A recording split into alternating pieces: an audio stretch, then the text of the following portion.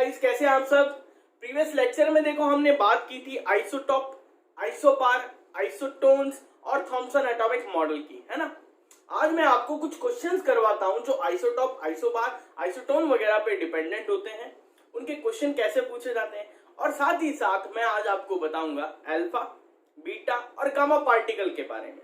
यहाँ पर ये जो अल्फा पार्टिकल के बारे में हम आज पढ़ेंगे वो हमारे आगे काम आएगा। कहाँ काम आएगा? वो हमें काम आएगा जो हमें रदरफोर्ड का एटॉमिक मॉडल पढ़ना है उसके लिए, ठीक है। तो चलिए, पहला क्वेश्चन जो ये आपको दिख रहा है यहाँ पर क्या है, मैंने खूब सारी एलिमेंट्स की स्पीसीज लिखी है। आपको क्या फाइंड करना है? हर स्पीसीज के लिए नंबर ऑफ प्रोटॉन, इलेक्ट्रॉन और न्यूट्रॉन की संख्या निकालनी है, ठीक है। तो यहाँ पर देखो, हमने एक चीज पढ़ी थी, ये कोई एलिमेंट है, कोई भी एलिमेंट हो सकता है। इसके यहाँ जो बॉटम में लिखा जाता है वो क्या होता है? एटॉमिक नंबर, यानी परमाणु क्रमांक जिसे हम बोलते हैं, ये लिखा जाता है। टॉप पर यहाँ क्या लिखा जाएगा? यहाँ लिख दो चाहे यहाँ लिख दो, बात एक ही है।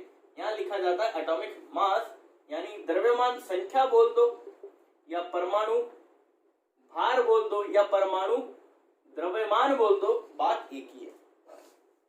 फिर हमने देखी थी आइसोटॉप और आइसोबार। मेनली मैं इन दो के बारे में पहले बात करता हूं जो हमने पढ़ी थी, क्या उसे रिवाइज कर रहे हैं। आइसोटॉप का मतलब क्या था? ऐसी एलिमेंट की स्पीसीज, ऐसे तत्व जिनका परमाणु क्रमांक यानी एटॉमिक नंबर तो क्या रहे? सेम रहे, बट एटॉमिक मास क्या रहे? डिफरेंट। आइसोटॉप से याद रखना, टॉप वाली चीज क्या हो? डिफरेंट हो तो आइसोटॉप। एटॉमिक नंबर अगर डिफरेंट हो, यानी बॉटम में आ रहा है, बॉटम वाली चीज ये भी आ रही है यहाँ पे, तो क्या जाना का? बॉटम वाली चीज अगर डिफरेंट हो तो उसे क्या बोलते हैं? आइसोबार। यानी atomic number different, atomic mass same हो तो आइसोबार, एटॉमिक नंबर सेम और एटॉमिक मास डिफरेंट हो तो आइसोटॉप। तो यहाँ पर देखो कुछ स्पीसीज है। पहले इन दो स्पीसीज की बात करता हूं मैं। इनकी, ये आपको दो एलिमेंट दिख रहे हैं, इनका देखो एटॉमिक नंबर ये रहा और एटॉमिक मास ये रहा। एटॉमिक नंबर ये रहा, एटॉमिक मास ये रहा। इसका मतलब हमें एक बात पता चली, इनका एटॉमिक मास तो क्या है भाई साहब?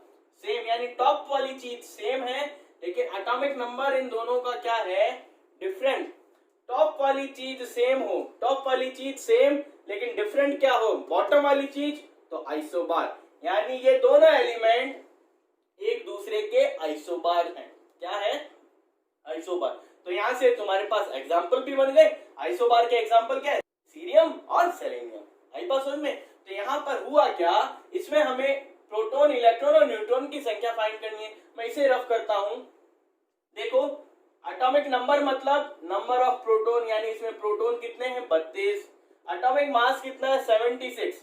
एटॉमिक मास कितना है? 76। हमें पता है एटॉमिक मास इक्वल होता है प्रोटॉन प्लस न्यूट्रॉन के। हमारे पास प्रोटॉन 32 है, यहाँ 32 लिखो, ये 76 प्लस न्यूट्रॉन, न्यूट्रॉन निकालना है तो 76 माइनस 32 करोगे तो आंसर आएगा 4 और ये 4, यानी इसमें न्यूट्रॉन की संख्या क्या है? 44। हमें क्या फाइंड करना है? और इलेक्ट्रॉन हमें पता है न्यूट्रल एटम है, न्यूट्रल एटम में प्रोटॉन और इलेक्ट्रॉन की संख्या हमेशा क्या होती है? बराबर। यानी इस तत्व में, सीरियम में क्या होगा? प्रोटॉन 32, इलेक्ट्रॉन 32 और न्यूट्रॉन 44। इसी तरीके से आप इसका निकालो 34, इसमें से माइनस करो तो क्या बचा आपके पास? ये 2 और ये 4, यानी 42 इसमें न्यूट्रॉन होंगे, प्रोटॉन 34, इलेक्ट्रॉन भी 34। इसी टाइप से इनमें देखो, इनका एटॉमिक मास सेम है, एटॉमिक नंबर क्या है? डिफरेंट, तो क्या होंगे? आइसोबार होंगे ये एक दूसरे के। फिर ये देखो, ये 3, 40, 40, 40, सबका एटॉमिक मास सेम है, एटॉमिक नंबर डिफरेंट आ रहा है, इसका मतलब ये भी क्या है? आइसोबार से तीनों एक दूसरे के। फिर ये देखो, सोडियम और मैग्नीशियम, इनका मैंने क्या लिखा है? एटॉमिक मास सेम लिखा है, एटॉमिक नंबर क्या है? डिफरेंट, ये भी क्या है? आइसोबार है। यहाँ लिखा है कोबाल्ट और निकल, इनका मास क्या है भाई साहब? सेम, एटॉमिक नंबर क्या आ गया? डिफरेंट, तो ये एक दूसरे के क्या होंगे? आइसोबार होंगे। इन सब में आपको क्या निकाल के देखना है, ये मैं आपके लिए होमवर्क देता हूं। मैंने एक निकाल के बता दिया सबका। अब आप सब में प्रोटॉन, इलेक्ट्रॉन और न्यूट्रॉन आराम से फाइंड कर सकते हो ना। लेकिन अब सुनना, ये तो आप कर लेना, सबका निकाल के देखना। ये सब क्या है? एग्जाम्पल है किसके? आइसोबार के मैं लिख देता हूं यहां पर, ये सब के सब क्या है, आइसोबार यानी समभारिक तत्व, यहां लिख दूं समभारिक तत्व के उदाहरण हैं। तो ये आप नोट्स में लिख लेना। अब सुनना, अब इसमें से मैं कुछ हेर बदल करता हूं, क्या वो देखते हैं। अब देखो ये मैंने 4 स्पीसीज ली है तत्वों की। यहां पर मैं आपको प्रोटॉन, न्यूट्रॉन और इलेक्ट्रॉन की संख्या पूछना चाहता हूं। ऐसे भी क्वेश्चन आते हैं, तो ऐसे क्वेश्चन आप कैसे सॉल्व करोगे। तो देखो ये सारे के सारे आपको क्या दिख रहे हैं, आयन है, क्या है, आयन है। लेकिन इन सभी तत्वों का आपको परमाणु क्रमांक पता है, क्या पता है, परमाणु क्रमांक यानी एटॉमिक नंबर पता है। फॉर एग्जांपल सोडियम का एटॉमिक नंबर 11, मैग्नीशियम का 12 होता है, ऑक्सीजन का 8, नाइट्रोजन का 7, ये हमें पता है। इनका एटॉमिक मास भी हमें पता है। इनका एटॉमिक मास देखूं तो सोडियम का तो क्या होता है भाई साहब 23, मैग्नीशियम का 24, ऑक्सीजन का 16 और नाइट्रोजन का 14, ये हमें पता है। हमें क्या फाइंड करनी है, प्रोटॉन, न्यूट्रॉन, इलेक्ट्रॉन। अब ये तो चलो हमें पता है इन सब का एटॉमिक मास इतना इतना इतना होता है, लेकिन फाइंड कैसे करोगे। अगर एटॉमिक नंबर अगर आपको पता है, जैसे यहां पर एटॉमिक नंबर 11 है, इसका मतलब इसमें प्रोटॉन कितने होंगे 11, इसमें प्रोटॉन कितने होंगे 11। इसमें इलेक्ट्रॉन की अगर मैं बात करूं, इलेक्ट्रॉन कितने होंगे, तो हमें पता है किसी भी न्यूट्रल एटम के लिए ये Na+ दे रखा है। अगर सिंपल Na होता तो क्या करते, हम करते ये कि भाई साहब सिंपल Na में जितने प्रोटॉन हैं उतने ही इलेक्ट्रॉन भी है। ये उदासीन परमाणु यानी न्यूट्रल एटम के लिए हमेशा सेम रहता है। लेकिन ये क्या आ गया, आयन आ गया, तो यहां पर प्रोटॉन और इलेक्ट्रॉन इक्वल कभी नहीं होंगे। क्यों, क्योंकि यहां पर आयन है। आयन क्या बनता है, कैसे बनता है, इलेक्ट्रॉन के लेन देन से आयन का फॉर्मेशन होता है। तो यहां पर इलेक्ट्रॉन कभी भी प्रोटॉन के इक्वल नहीं होगा। यहां पर आपको इलेक्ट्रॉन फाइंड करने पड़ेंगे। तो हमें पता है सिंपल कंडीशंस में अगर ये न्यूट्रल होता तो प्रोटॉन 11 और इलेक्ट्रॉन भी कितने होते 11, लेकिन +1 है, +1 है, इसका मतलब क्या है, इसने एक इलेक्ट्रॉन दे दिया। तो प्रोटॉन 11 थे न्यूट्रल कंडीशन में, और न्यूट्रल कंडीशन में मैं इलेक्ट्रॉन की बात करूं तो वो भी क्या होंगे 11। लेकिन आयन जब बना तो यहां से एक इलेक्ट्रॉन रिमूव हुआ, तो यहां पर कितने बचे 10। इसका मतलब इस Na+1 में जो इलेक्ट्रॉन की संख्या है वो भाई साहब 10 है। अब क्या फाइंड करना है, न्यूट्रॉन। क्या फाइंड करने हैं, न्यूट्रॉन। सिंपली आप बता सकते हो एटॉमिक मास इसका 23 होता है, वो प्रोटॉन प्लस न्यूट्रॉन के इक्वल होता है। प्रोटॉन आपको पता है 11, 23 में से 11 माइनस कर दो, आपके पास न्यूट्रॉन की संख्या आएगी, वो कितनी होगी भाई साहब 12। इसमें न्यूट्रॉन कितने होंगे 12। आई बात समझ में। इसी तरीके से अब आपके लिए होमवर्क है, मैग्नीशियम +2, ऑक्सीजन -2 और नाइट्रोजन -3 स्पीसीज के प्रोटॉन, इलेक्ट्रॉन और न्यूट्रॉन फाइंड करके आप लोग देखिएगा। नेक्स्ट देखो, मैं कुछ एग्जांपल्स लेता हूं आइसोटोन और आइसोटॉप के। अब देखो गाइस, नेक्स्ट जो क्वेश्चन है, ये वाला जो सेकंड नंबर क्वेश्चन है, ये पूरा का पूरा एग्जांपल एक्चुअली किसका है, आइसोटोन्स का एग्जांपल है। और ये जो थर्ड नंबर क्वेश्चन है, 13 नहीं, थर्ड नंबर जो क्वेश्चन है, इसमें मैंने अलग अलग एलिमेंट्स की स्पीसीज ली है। ये एग्जांपल्स एक्चुअली में किसके हैं, आइसोटोप्स के हैं। किसके हैं, आइसोटोप्स, जिन्हें हिंदी में हम बोलते हैं समस्थानिक। क्या बोलते हैं, समस्थानिक। ये सभी समस्थानिकों के उदाहरण हैं जो आप याद रखना। लेकिन इन स्पीसीज में मैंने आपको वही पूछा है, प्रोटॉन, न्यूट्रॉन और इलेक्ट्रॉन। आइसोटोन का मतलब मैंने आपको क्या बताया था, ऐसी अलग अलग एलिमेंट की स्पीसीज जिसमें न्यूट्रॉन की संख्या क्या हो, समान हो, इक्वल हो, वो क्या होंगे मेरे पास, आइसोटोन होंगे। हमें क्या फाइंड करना है इन तीनों में, प्रोटॉन, न्यूट्रॉन और इलेक्ट्रॉन। अगर इसमें न्यूट्रॉन की संख्या तीनों में क्या आती है, सेम, तो मैं खोल दूंगा ये दूसरे एक दूसरे के क्या है, आइसोटोन है। तो निकाल के देखते हैं, यहाँ प्रोटॉन लिखता हूं, यहाँ न्यूट्रॉन लिखता हूं, यहाँ इलेक्ट्रॉन लिखता हूं। प्रोटॉन यहाँ कितने हैं ऑक्सीजन में, नाइट्रोजन में और क्या है एग्जाम्पल कार्बन। ऑक्सीजन में कितने हैं प्रोटॉन 8, नाइट्रोजन में 7, कार्बन में 6। सिंपल एलिमेंट की स्पीड से न्यूट्रल एटम है तो इलेक्ट्रॉन प्रोटॉन हमेशा क्या होंगे इक्वल। यहाँ 8 7 6। क्या फाइंड करना है न्यूट्रॉन, ये एटॉमिक मास है, ये एटॉमिक नंबर है। एटॉमिक नंबर यानी प्रोटॉन की संख्या, ये प्रोटॉन इसमें से माइनस कर दो आपके पास न्यूट्रॉन आ जाएगा। ये इसमें से माइनस करो 15 में से 7 गए 8, 6 इसमें से माइनस करो 14 में से तो क्या आया 8। यहाँ देखो न्यूट्रॉनों की संख्या क्या आ रही है समान, यानी ऐसे तत्व जिनमें न्यूट्रॉनों की संख्या समान हो वो सारे तत्व एक दूसरे के क्या होते हैं आइसोटोन होते हैं। आई बात समझ में। अब इस एग्जांपल पे आओ, ये सभी आइसोटोप के एग्जांपल। आइसोटोप होता क्या है जिनका एटॉमिक नंबर तो क्या सेम हो, टॉप आ रहा है यानी टॉप डिफरेंट हो, बी आए बार आए बी से bottom different isobar, top different isotope. तो यहां पर देखो एटॉमिक नंबर सबका सेम, एटॉमिक मास क्या है डिफरेंट। इनमें भी हमें क्या निकालना है प्रोटॉन, न्यूट्रॉन और इलेक्ट्रॉन। मैं किसी एक का निकाल के बताता हूं, मान लो किसी का भी ले लो जो तुम्हारी मर्जी, मैं इसी का ही लेता हूं फर्स्ट वन, ठीक है इसी के लेते हैं। यहां पर प्रोटॉन ये रफ कर देता हूं, ठीक है।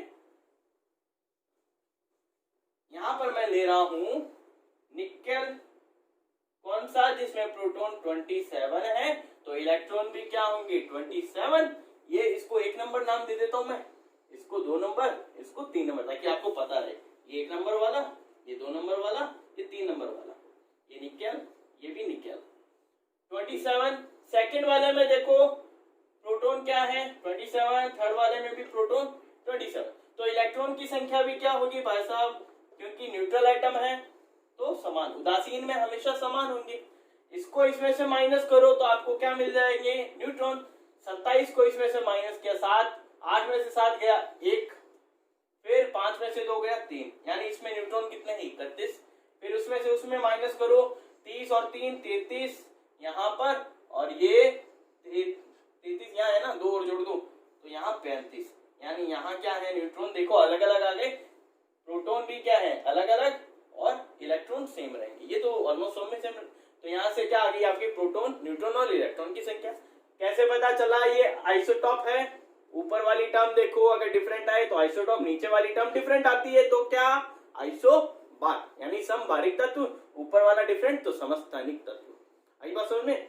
अब हम बात करते हैं, ये आपके लिए होमवर्क है भाई साहब, ये जितने भी इन सब में प्रोटॉन इलेक्ट्रॉन न्यूट्रॉन याद फाइंड करके देखना, और ये सारे एग्जांपल्स आपको याद रखने हैं। ये कार्बन के, ये हाइड्रोजन के आइसोटॉप, ये सिलिकॉन के, ये क्लोरीन के, ये आइसोटोन के एग्जांपल आप ध्यान रख सकते हो।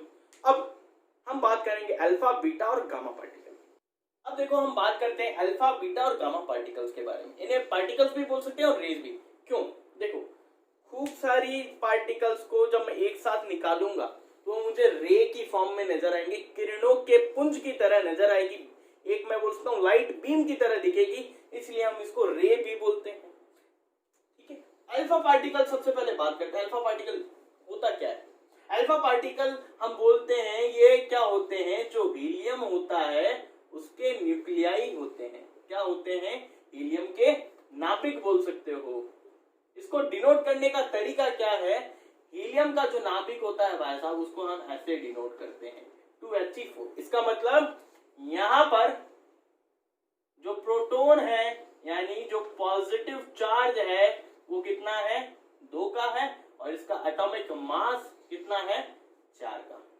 यानी मैं ये बोल सकता हूं जो अल्फा पार्टिकल होते हैं उसमें +2 का पॉजिटिव चार्ज होता है, +2 का पॉजिटिव चार्ज होता है। और ये जो तीनों पार्टिकल है ये सारे के सारे क्या कंसीडर किए जाते हैं, हैवी पार्टिकल कंसीडर किए जाते हैं। और कब निकलते हैं, हमारे पास कुछ एलिमेंट होते हैं जिन्हें हम बोलते हैं रेडियो एक्टिव एलिमेंट्स। क्या बोलते हैं, रेडियो एक्टिव एलिमेंट्स। कौन कौन होता है, यूरेनियम हो गया, पॉलिनियम हो गया, बिस्मिथ हो गया, रेडियम हो गया।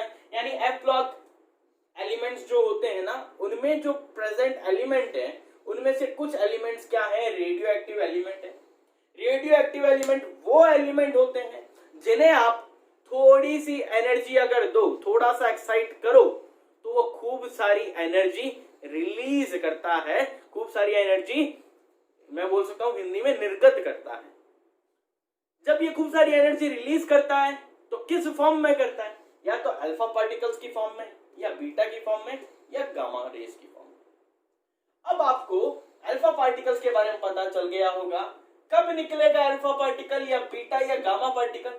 जब किसी रेडियो एक्टिव एलिमेंट को हम थोड़ी सी एनर्जी देंगे, वो एक्साइट होगा और खूब सारी एनर्जी रिलीज करेगा in the form of alpha, beta और gamma particle. Alpha particle is the nuclei यानी नाभिक होते हैं किसके? हीलियम के। इसको डिनोट करने का तरीका क्या है? 2He4। इसमें +2 का क्या होता है? पॉजिटिव चार्ज होता है। हीलियम यानी अल्फा पार्टिकल के बारे में। गामा पार्टिकल की बात करते हैं। अल्फा तो क्या हुआ? Positive charge particle, but beta is negative charge particle. क्या होता है? Negative charge particle. अब सुनना, जो अल्फा पार्टिकल है उसे मैं किसी हैवी मेटल का मतलब फॉर एग्जांपल, ये मेरे पास एक मेटल है, मोबाइल की ये जो पीछे वाली स्क्रीन यानी जो बॉडी होती है वो मैग्नीशियम की बनी होती है। अब या अगर ये आयरन की बनी होती फॉर एग्जांपल, या गोल्ड, यानी ग्रुप डी एलिमेंट के जितने भी तत्व हैं वो सारे जो एलिमेंट जितने भी है वो सारे क्या हैवी मेटल है। उनमें से किसी एक एलिमेंट की बॉडी बनी होती है, फॉर एग्जांपल गोल्ड की बनी है, एग्जांपल के तौर पे। इस पे मैं क्या कर रहा हूं?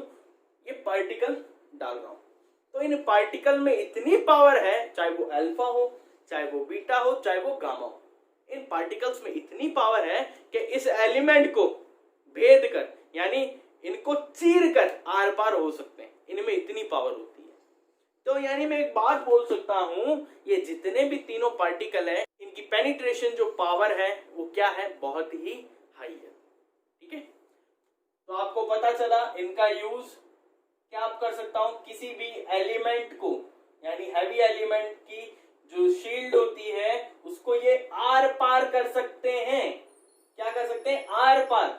इसीलिए आपने कभी ना कभी देखा होगा ये पार्टिकल्स, जैसे एक्सरे भी आपने कभी ना कभी नाम सुना होगा, हमारे बॉडी का स्कैन करता है ना एक्सरे, वही वाली एक्सरे की बात कर रहा हूं। उसमें इतनी पावर है वो हमारी बॉडी के अंदर जो हड्डियां हैं उसको साफ साफ दिखा देता है। वो है क्या? वो रेज ही है। वो इन्हीं के टाइप का एक पार्टिकल है जो अप्रोक्सी किसके इक्वल होता है? गामा रे की तरह। ठीक है, ध्यान रखना। अब इसकी बात करते हैं गामा पार्टिकल की। गामा क्या होता है? न्यूट्रल पार्टिकल होता है, इस पे कोई चार्ज नहीं होता, यानी ये उदासीन होता है, बट भेदन क्षमता, पेनिट्रेशन पावर इसकी सबसे हाई होती है। अगर कंपेयर करूं, अल्फा पार्टिकल की जो पेनिट्रेशन पावर है वो सबसे लो है। इसकी पेनिट्रेशन पावर क्या होती है? सबसे कम, यानी लीस्ट होती है, सबसे लीस्ट। लेकिन बीटा पार्टिकल की पेनिट्रेशन पावर इससे क्या होती है? 100 गुना, 100 टाइम्स। और गामा पार्टिकल की अल्फा पार्टिकल से 1000 टाइम्स। तो ये ध्यान रखना। अब आपको यहां से इन तीनों पार्टिकल्स के बारे में बातें समझ में आई होगी। अब हमें मेनली किसका यूज लेना है? Alpha particle. या आप नोट्स में लिखते रहना, बना लेना अच्छे से। मैं आपको अल्फा पार्टिकल के यूज जो होगा हमारा, वो कहाँ होगा भाई साहब? वो होगा हमारे रदरफोर्ड के एक्सपेरिमेंट में। इसीलिए मैंने आपको अल्फा, बीटा और गामा पार्टिकल तीनों के बारे में समझा दिया, इसका क्या मतलब है अल्फा का, गामा का, बीटा का। ठीक है।